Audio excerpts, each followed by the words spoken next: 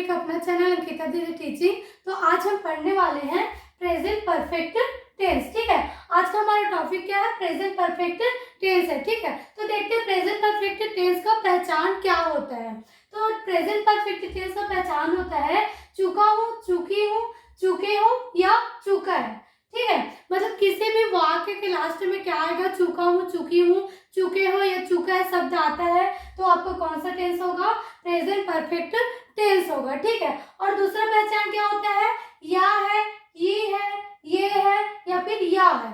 किसी भी वाक्य के लास्ट में अगर या है, ये है या फिर या है शब्द आता है तो वो भी आपको कौन सा टेंस होगा? प्रेजेंट परफेक्ट टेंस होगा। ठीक है, जैसे कि वे स्कूल चले गए हैं, वे स्कूल चले गए हैं तो लास्ट में क्या आगे? ये है आगे, तो आपको कौन सा टेंस होगा? प्रेजेंट परफेक्ट टेंस होगा। ठीक है, जैसे कि वह खाना खा चुका है, वह खाना खा चुका है तो चुका है शब्द आ रहा है लास्ट में, तो आप समझ जा रहे हो कौन सा टेंस है आपका? प्रेजेंट परफेक्ट टेंस है। किसी भी वाक्य के लास्ट में ये सभी अगर शब्द आते हैं तो हमेशा याद रखना वो आपको कौन सा टेंस होगा? प्रेजेंट परफेक्ट टेंस होगा। ठीक है, तो आज हम लोग प्रेजेंट परफेक्ट टेंस का इंट्रोगेटिव सेंटेंस को पढ़ेंगे। ठीक है, कौन सा सेंटेंस पढ़ेंगे? इंट्रोगेटिव सेंटेंस को पढ़ेंगे। जो हमारा प्रेजेंट परफेक्ट टेंस का अफर्मेटिव सेंटेंस है और नेगेटिव सेंटेंस है, उसको मैंने पिछले वीडियो में पढ़ा लिया। ठीक है, तो उन दोनों वीडियो का लिंक मैं इस वाले वीडियो के डिस्क्रिप्शन में दे दूंगी, तो आप लोग उन वीडियो को भी देख सकते हो। ठीक है, और देखो इंट्रोगेटिव सेंटेंस आज हम क्या पढ़ने वाले हैं? Interrogative sentence. तो इंट्रोगेटिव सेंटेंस को बोलते हैं हिंदी में प्रश्नवाचक वाक्य बोलते हैं। ठीक है, कौन सा वाक्य बोलते हैं जी? प्रश्नवाचक वाक्य। ऐसा वाक्य जिसके द्वारा क्या पूछा जाता है? प्रश्न पूछा जाता है, वो कौन सा वाक्य होता है? प्रश्नवाचक वाक्य होता है। और उसको इंग्लिश में क्या बोलते हैं?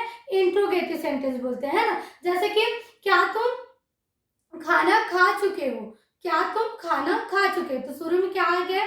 क्या शब्द आया ना, मतलब समझ जाना आपको कौन सा वाक्य है? प्रश्नवाचक वाक्य है ना, कि क्या वह पढ़ाई कर चुकी है। ठीक है, क्या बोल रहे हैं? क्या वह पढ़ाई कर चुकी है, तो शुरू में कौन सा शब्द आया गया? क्या शब्द आया है ना। तो किसी भी वाक्य के सामने में अगर क्या शब्द आता है तो आपको कौन सा वाक्य होगा? प्रश्नवाचक वाक्य होगा। ठीक है, आया समझ में प्रश्नवाचक वाक्य क्या होता है? अब देखो जो प्रश्नवाचक वाक्य है उसको डिटेल से पढ़ते हैं। ठीक है, अब देखो इंट्रोगेटिव सेंटेंस का सूत्र है ना। हम लोग कौन सा सेंटेंस पढ़ रहे हैं? Interrogative sentence. तो इंट्रोगेटिव सेंटेंस का सूत्र होता है हेल्पिंग वर्ब। हमेशा याद रखना जो इंट्रोगेटिव सेंटेंस है उसमें जो हेल्पिंग वर्ब है वो सबसे सामने लगता है। ठीक है, सबसे पहले क्या आता है सूत्र में? हेल्पिंग वर्ब आता है। ठीक है, फिर उसके बाद क्या आता है आपका? सब्जेक्ट आता है, फिर उसके बाद वर्ब का थर्ड फॉर्म। देखो प्रेजेंट परफेक्ट टेंस में वर्ब का कौन सा फॉर्म लगता है? थर्ड फॉर्म लगता है। ठीक है, फिर क्या होता है आपका? ऑब्जेक्ट आता है। तो देखो हमारा प्रेजेंट परफेक्ट टेंस में हेल्पिंग वर्ब कौन कौन से लगते हैं? तो प्रेजेंट परफेक्ट टेंस में हेल्पिंग वर्ब क्या लगता है? हैव और हैज लगता है। ठीक है, देखो अगर हमको हिंदी में दिया जाए कि कौन सा टेंस है करके पहचान करने के लिए, तो हम चुका है, चुकी है या चुके हो या फिर या है, ई है, ये है, देख के पहचान जाएंगे कि प्रेजेंट परफेक्ट टेंस है करके, है ना। लेकिन हम इंग्लिश में कैसे पहचानेंगे कि ये प्रेजेंट परफेक्ट टेंस है करके? तो हम पहचानेंगे हेल्पिंग वर्ब के द्वारा। किसके द्वारा पहचानेंगे जी? हेल्पिंग वर्ब के द्वारा।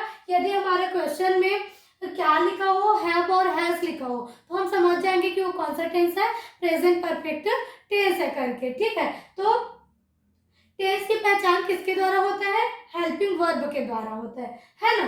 अब दूसरा आता है सब्जेक्ट। तो देखो सब्जेक्ट दुनिया में केवल 8 ही है। ठीक है, तो पहला सब्जेक्ट होता है आई, आई का मतलब होता है मैं। दूसरा होता है यू, यू का मतलब होता है तुम। वी का मतलब होता है हम, और दे का मतलब होता है वे, और ही का मतलब होता है वह। इसका ही का मतलब भी वह होता है, और ये सी का मतलब भी क्या होता है? वह होता है। लेकिन ही का यूज किसके लिए होता है? लड़का के लिए होता है, और सी का यूज किसके लिए होता है? लड़की के लिए होता है। ठीक है, फिर आता है इट, इट मीन्स होता है यार। इसका यूज किसके लिए करते हैं? निर्जीव वस्तु के लिए करते हैं। ठीक है, इट का यूज किसके लिए करते हैं? निर्जीव वस्तु के लिए, या फिर ऐसा चीज जिसका हमको जेंडर पता नहीं है कि वो स्त्रीलिंग है या फिर पुल्लिंग है करके, है ना। तो उसके लिए क्या यूज करते हैं? इट यूज करते हैं। और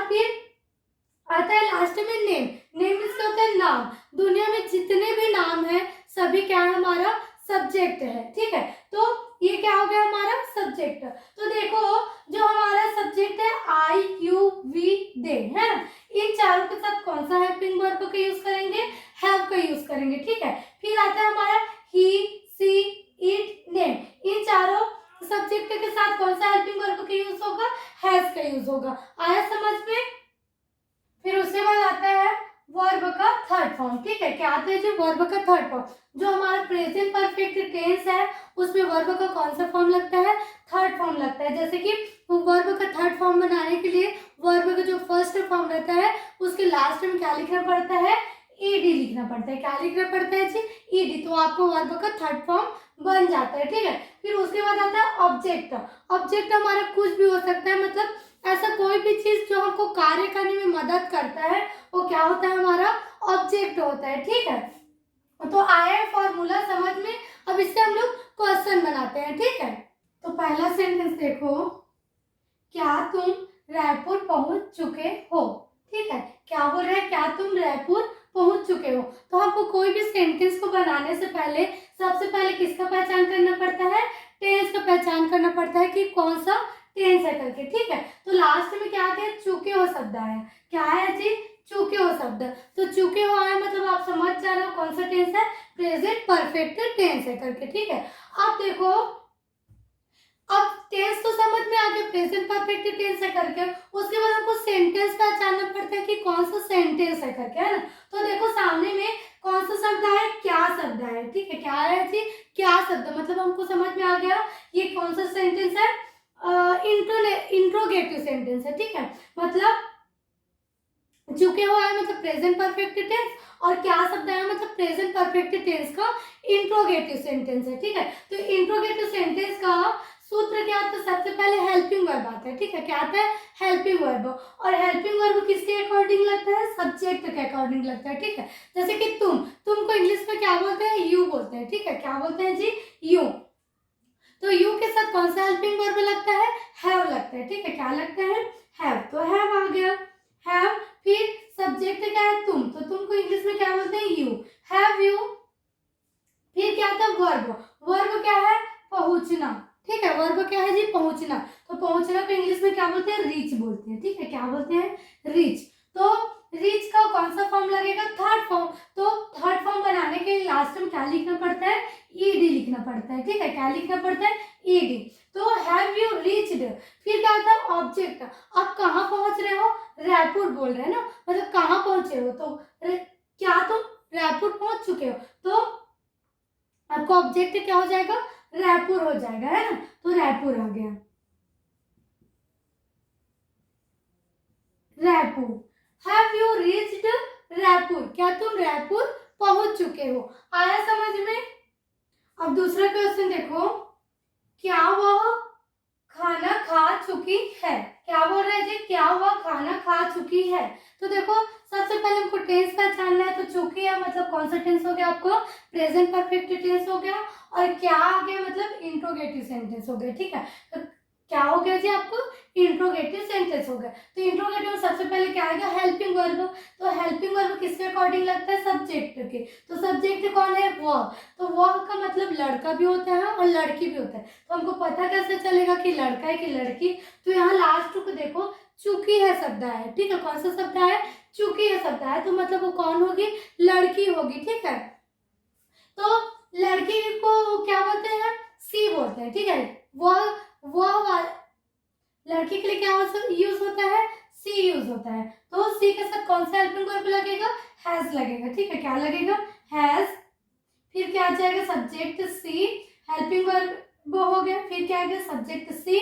फिर उसके बाद होता है वर्ब का थर्ड फॉर्म। तो वर्ब कौन है यहाँ, खा है। क्रिया कौन है जी, खाने की जो खा है, ठीक है। खा क्या है आपका, क्रिया। तो खा को खाने की जो क्रिया है उसको क्या बोलते हैं, ईट बोलते हैं, ठीक है। क्या बोलते हैं, ईट। तो इसका सेकेंड फॉर्म ईटेड नहीं होगा, ठीक है। क्या नहीं होगा, ईटेड नहीं होगा। इसका वर्ब के नियम से ये नहीं बनता, ये इन लोग क्या है, अपवाद है, इनको याद रखना पड़ता है, ठीक है। तो ईट का सेकेंड फॉर्म होता है एट होता है, ठीक है। क्या होता है जी, एट। और थर्ड फॉर्म क्या होता है, ईटेन होता है। क्या होता है, ईटेन। तो यहाँ वर्ब के थर्ड फॉर्म में क्या लग जाएगा, ईटेन लग जाएगा, हैज सी ईटेन।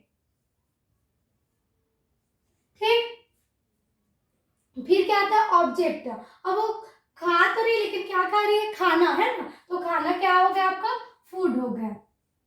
तो आ गया आपका फूड।